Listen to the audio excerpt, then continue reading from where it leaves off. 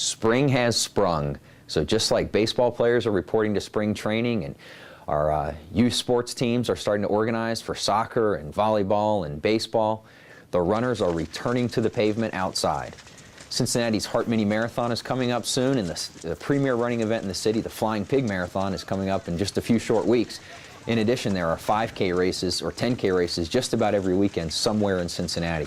And while running is an outstanding exercise, it's a natural thing for all of us to do, that doesn't mean that we can avoid running injuries. As many as 2/3 of regular runners can experience a running injury in a given year, typically involving the lower extremities. So what are some things we have to think about?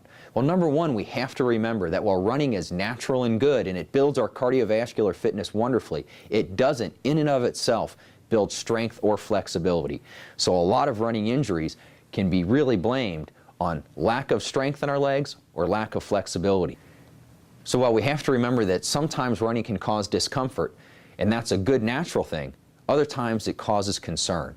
So let's really define that. There's good pain, there's scary pain, and there's bad pain. So what's good pain? Well, good pain happens as we're getting back in shape. We're building our cardiovascular fitness. Good pain is gone by the end of the run. It's gone by the time it's time to run the next day. It doesn't affect our performance. What about scary pain? Well, scary pain starts to give us a little bit of concern. It happens when we're running. Feel some achiness in our knees. It doesn't necessarily affect our performance, but we're starting to notice it during the activity. That makes us pause, step back, and say, maybe I need to give myself a day or two, tone back my training, maybe consider improving some flexibility or looking at our strength. And then there's bad pain. Well, what's that? Well, bad pain dramatically affects our performance. Our times get slower. We start to limp.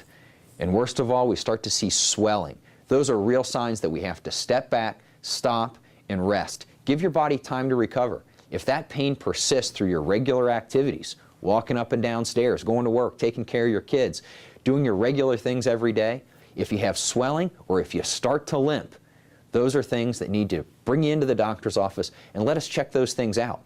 Oftentimes we can address those situations with proper medication, proper icing techniques, and some time with the physical therapist, including stretching and strengthening exercises. Unfortunately, other times those injuries are more severe and they could even require long-term shutdown or hopefully not surgery. But if you see that bad pain, you need to get that checked out. You shouldn't just run through that. And you might say, but I really need to run through that. I've been training for this race. Well, you have to remember that life isn't one race. Life is a series of races. We shouldn't be training for one individual event. We need to train so we can be 70, 80, 90 years old and staying active. And that's our goal. So as the spring has started, get out there and move. And if you have problems, let us help you out.